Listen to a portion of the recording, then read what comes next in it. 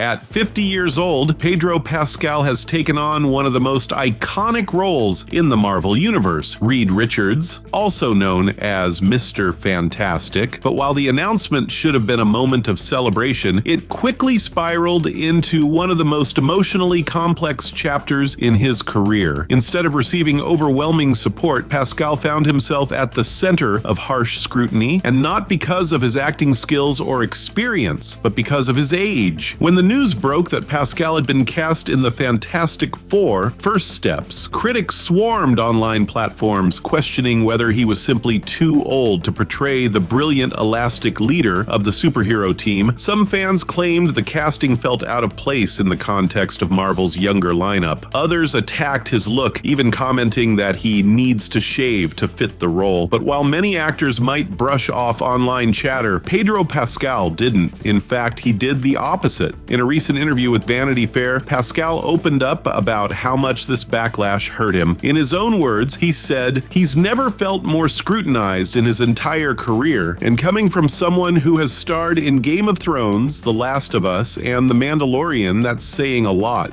He didn't just acknowledge the criticism, he admitted he internalized it. He said, "I'm more aware of the disgruntlement around my casting than anything I've ever done. That's not the kind of comment you make unless the weight of those words is personal, deep, and painful." Pascal also explained that he felt unusually anxious walking into the Marvel Cinematic Universe. Unlike past projects, this one didn't come with the same creative freedom. Instead, it came with a responsibility to play a character that fans have been obsessed with for decades, and he knew exactly how high the expectations were. He admitted that his nerves were bigger than they usually are. He described the experience as intimidating, not because he doubted his talent, but because he didn't want to disappoint people who cared so deeply about the source material. But despite all of this, he's not stepping back. Pedro Pascal made it clear that he's pouring everything he has into this performance, not just talent, but focus, heart, and what he called his body and soul. He wants to honor the legacy of Reed Richards while proving he can bring something new and powerful to the role, and he's not doing it alone. Pascal revealed that one of the first people to support him inside the Marvel bubble was none other than Robert Downey Jr., who will appear in the same movie as the villainous Dr. Doom. According to Pascal, Downey Jr. was immediately generous and inviting, helping him feel welcomed when he most needed reassurance. That kind of backing means something, especially coming from a man who practically built the MCU